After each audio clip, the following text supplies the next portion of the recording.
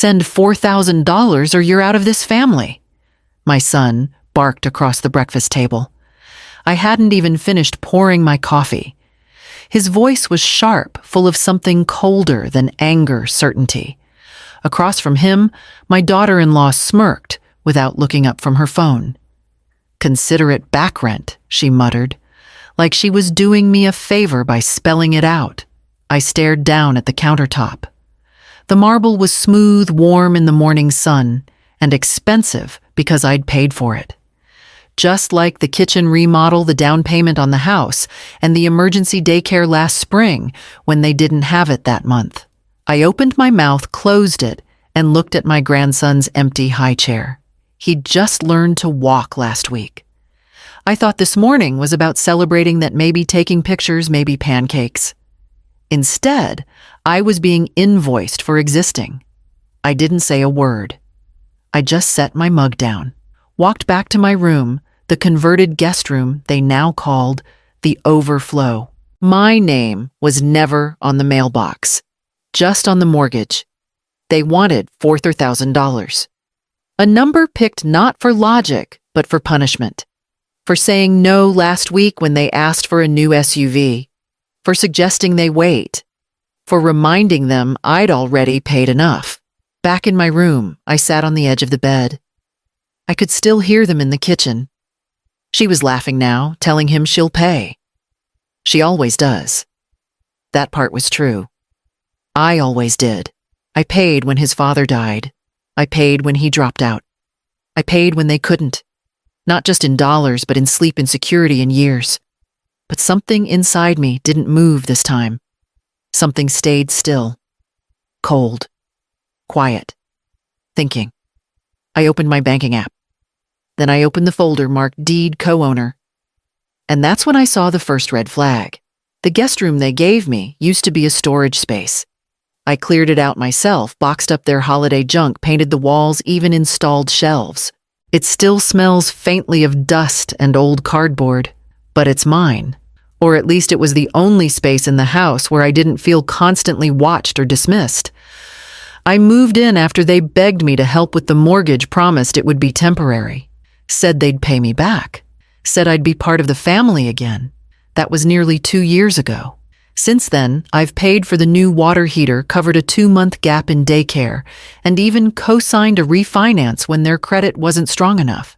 Every time I gave it bought me less. Less warmth. Less voice. Less space. Now, when I walk into a room, conversation slows. My daughter-in-law shifts her tone, lowers her voice, and tucks the baby tighter against her shoulder.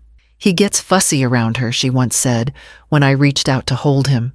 Then, to her friend on the phone, she whispered, "She's too old. I don't want him confused." Confused. He's my grandson. I changed her husband's diapers. I've earned the right to rock a baby to sleep without permission. But in this house, I'm not Grandma Maris. I'm her.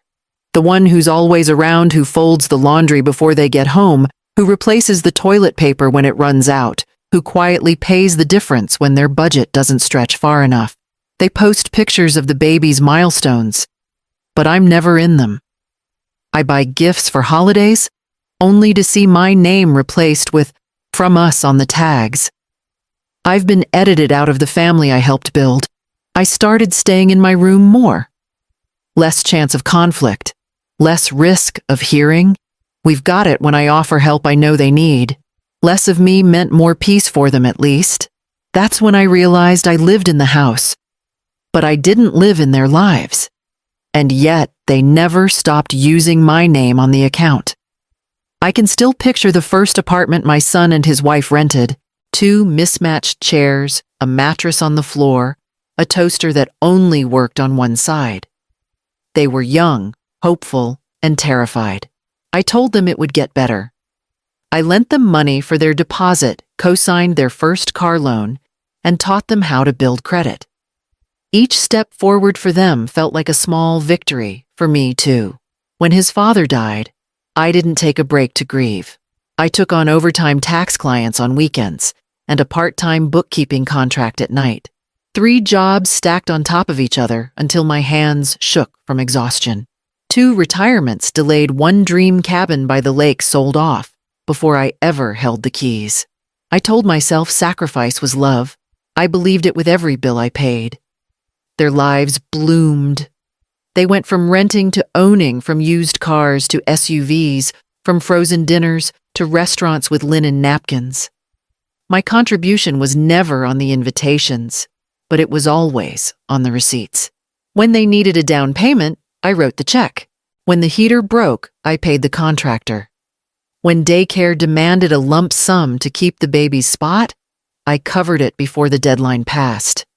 Now I sit at the edge of my bed, eating leftovers cold so I won't wake the baby with the microwave.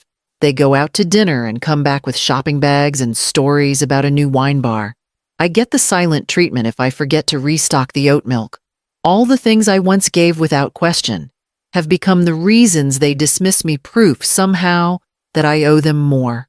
I tell myself this is temporary, that once they're stable, they'll remember who steadied them. But deep down, I know the truth. This isn't temporary.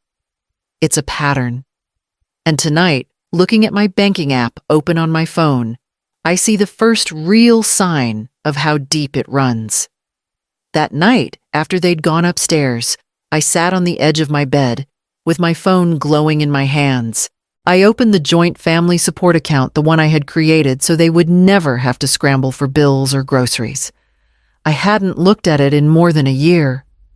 My hands hesitated over the password, like it was a door I wasn't sure I wanted to open.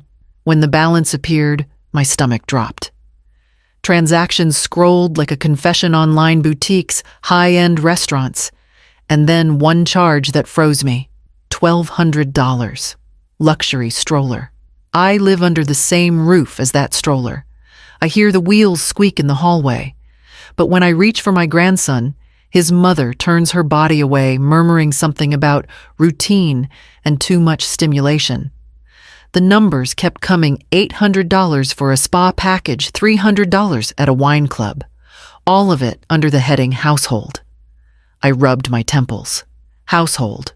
When had household started meaning their indulgences with my money? I remembered the night they moved in, both of them teary with gratitude. "You're saving us," my son said. "We'll make this up to you." I had smiled, believing him. Now those words felt like a script they'd rehearsed, while the withdrawals kept clicking away. I scrolled back further. Charges to a travel agency. Payments to a bridal consultant. They had been married 6 years. My pulse climbed as I stared at the screen. This wasn't oversight. It was a system. I was the system. Down the hall, I could hear them laughing softly, the baby fussing for a moment before going quiet again. The sound used to comfort me. Tonight, it felt like a locked door. I closed the app and sat still in the dark, the glow of the phone fading in my lap. For the first time, I allowed myself to see it for what it was: not a family account, but an open vein. And as I stared at the ceiling, a thought began to form, steady and cold, leading me to the only person I still trusted to tell me the truth. I didn't sleep. At sunrise, I sent Ellen a message. She replied instantly. "Come by the office. I'll clear my evening." Ellen and I had known each other since we both worked the same temp job back in our 20s. She'd gone on to law school. I'd gone on to motherhood. Through it all, we stayed in touch: holiday cards, lunch every few months, quiet check-ins. She was the one person I knew would tell me the truth without sugarcoating it. That evening, I walked into her office with a folder clutched tight in my hands. She poured the coffee. I handed over the account details and sat quietly as she logged in and started pulling the transaction history. Her expression didn't change, but I saw her fingers pause more than once. "You might want to brace yourself," she said. The first thing, she pointed to a series of luxury purchases. Designer handbags, out-of-state travel, a weekend at a coastal spa I'd never even heard of. The total, over $96,000 withdrawn in 4 years. And it wasn't just the money. She turned her screen toward me. "Do you recognize this?" It was a loan agreement. A second mortgage filed under my name. My chest went tight. But I never. They used your credit, she said gently. Without your permission. I stared at the screen. My name, my address, their signatures. And this, she added, clicking to another line item, is a $5,000 payment to a bridal consultant. They've been married for 6 years, I said, more to myself than to her. Ellen leaned back, her voice low but firm. Maris, this isn't misuse. This is fraud. My mouth went dry. Can I prove it? Yes, she said. And you should. But this will be ugly. I nodded. I wasn't afraid of ugly anymore. Ugly was already in my house, wearing a smile and holding my grandson like I was a stranger. As I left her office, I didn't just carry the paperwork. I carried something else, something harder than anger, but sharper than grief. I was ready to find out how deep this really went. I woke before the sun, the decision already sitting in my chest, like something old finally rising to the surface. I didn't slam doors or shout down the hallway. I didn't even make coffee. I just sat down at the kitchen table and opened my laptop. The joint account was the first to go. I logged in, selected freeze all activity, and clicked confirm. A dull gray padlock appeared on the screen. Then I called the bank, directly confirmed the block, and revoked all third-party access. Their debit cards would stop working before they finished their morning smoothies. Then I called the county title office. Can I confirm something? I asked, reading the parcel number aloud. Was the deed ever fully transferred? The woman on the line was polite, methodical. After a short hold, she came back. It's still partially in your name, ma'am. There's a clause flagged transfer pending final sign-off. I'd forgotten about that clause. They had too. Place a hold on it, I said. Pending legal review. By noon, I had spoken to Ellen again and filed the initial paperwork. She didn't ask if I was sure. She just said good. By 3 p.m., the SUV was gone. Not stolen, repossessed. The payments hadn't been made in months. I'd stopped covering those silently 2 quarters ago. The bank had been waiting for a missed deadline. I gave it to them. By 4 p.m., their phones stopped working. I'd been paying that family plan too. Not anymore. By 5, I was folding 3 sweaters into a travel bag, just enough for a week or 2. I left the framed photos where they were beside the baby monitor and the pile of unopened mail. I didn't slam the door. I didn't leave a note. The sound of the door clicking shut behind me felt like the first real breath I'd taken in years. I walked past the stroller that had cost more than my first car, past the welcome mat I'd bought, past the life they built on my back, and I headed straight to the one place they'd never think to follow. 2 days passed. I stayed in a quiet motel on the edge of town, the kind with blackout curtains and no questions asked. I didn't answer their calls. I didn't read the messages. I needed distance, not noise. But on the 3rd morning, I dressed in a clean blouse, tied back my hair, and returned. They were waiting. The moment I stepped inside, the yelling began. My daughter-in-law's voice sharp and high-pitched, accusing. My son's voice louder, shaking the walls, demanding to know what I'd done. The baby was crying upstairs. The dog barked from the kitchen. Chaos. I stood by the entryway and let them run out of breath. Then I opened the folder. I laid the documents across the dining table one by one, like a hand of cards I'd been waiting to play. Here's the bank record, I said calmly. $96,000 withdrawn over 4 years. Most of it discretionary spending. None of it approved.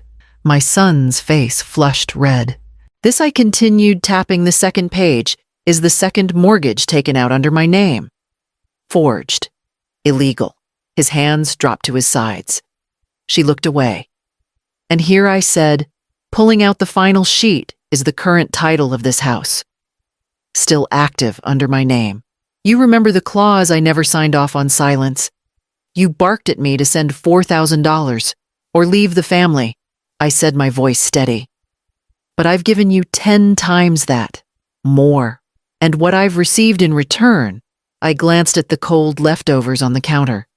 The untouched birthday card I'd written for my grandson. The stain on the carpet from when she called me useless for not catching the spill fast enough. I'm done.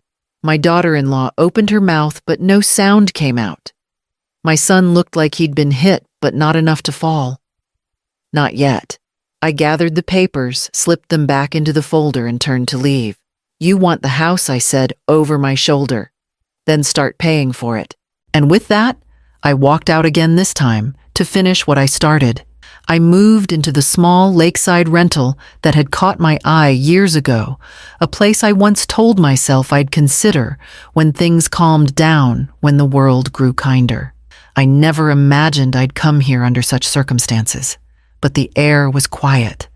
The floors didn't creak with resentment, and no one scowled when I made coffee. Word reached me faster than I expected. First came the credit alerts, my son's name flagged across collections and denial lists. The second mortgage, which they took without permission, was revoked. The bank reclaimed what it could, and what it couldn't, it simply marked as default. Then came the bankruptcy. They filed it quietly, like shame sliding under a closed door. The house was no longer theirs to renovate, expand, or boast about. It was under legal review, now tied up in debt, just like their promises. My daughter-in-law, once dripping in name brands and comments about how I just didn't understand modern parenting, took a job at the mall folding clothes. She didn't tell anyone. I found out through Ellen, who happened to walk by and recognized her behind the register folding sweaters next to a teenager with a nose ring. And the guest room I once lived in, the one I paid to remodel, to soundproof, to warm in the winter. They turned it into a walk-in closet. Shoes lined the walls, dresses hung from ceiling rods, drawers full of things I doubt she wears now. It looked like a museum of excess built on stolen ground. But I know something they haven't yet figured out. It doesn't matter how many handbags you hang on the walls. A closet doesn't fill the silence where love used to be. A house with no roots is just wood and brick, pretending to hold meaning. Out here by the lake, I finally sleep through the night. No footsteps stomping above me. No cold glances. No demands. And when the wind rolls across the water and brushes the glass, I don't flinch. I just breathe and wait for the next morning. The lake became my clock. Each morning, I woke to its stillness, and each evening, I watched the sun drag its light across the water. Without the constant noise of their demands, my days began to expand. I started cooking again, not out of obligation, but for the simple pleasure of stirring something on the stove while music played softly in the background.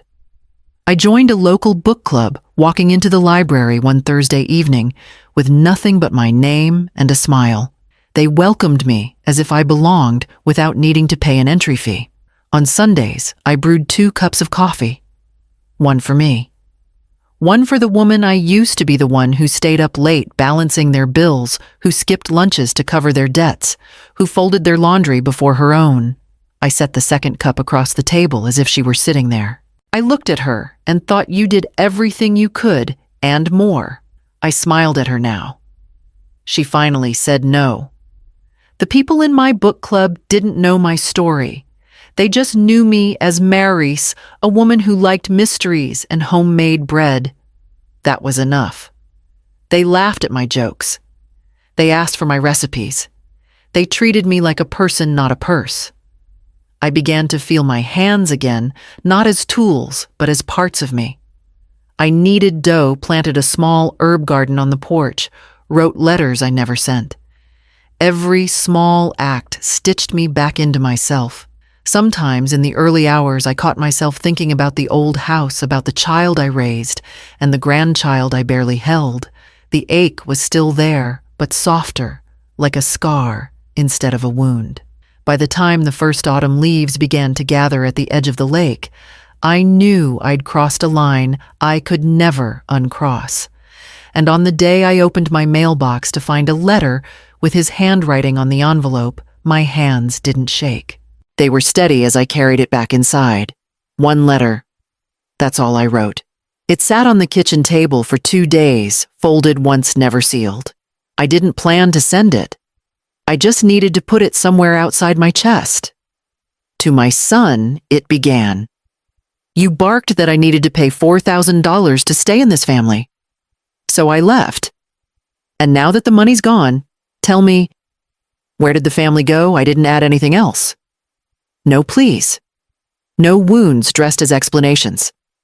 I folded it carefully, slid it into the old ceramic bowl where I once kept spare keys and promises. Then I burned it. The ash curled softly into itself. It didn't scream, didn't resist. Just surrendered. That evening, I walked out onto the porch of my new life. The lake reflected the sky's last blush, and for the first time in years, I didn't feel like I owed anyone anything. Not an explanation. Not a sacrifice. Not one more dollar. No one calls now. Not really. There were a few attempts at first block numbers, guilt-drenched emails, even a card that arrived with no return address, and a smeared line of ink where a name once was. I didn't open it. I didn't need to. They only looked for me when the money vanished, when the silence grew too loud to ignore. But silence is a language too. And mine finally spoke. I sip my coffee slowly these days. Read entire chapters without glancing at the clock. I've started baking again, not because someone demands it, but because I love the way cinnamon clings to the air. The version of me that begged to belong is gone. She didn't die, she just learned. She left quietly, but she took everything that mattered. And as the sky folds into night and the porch lights flicker on, I sit with that final line still lingering in my chest, not bitter, not broken, just true.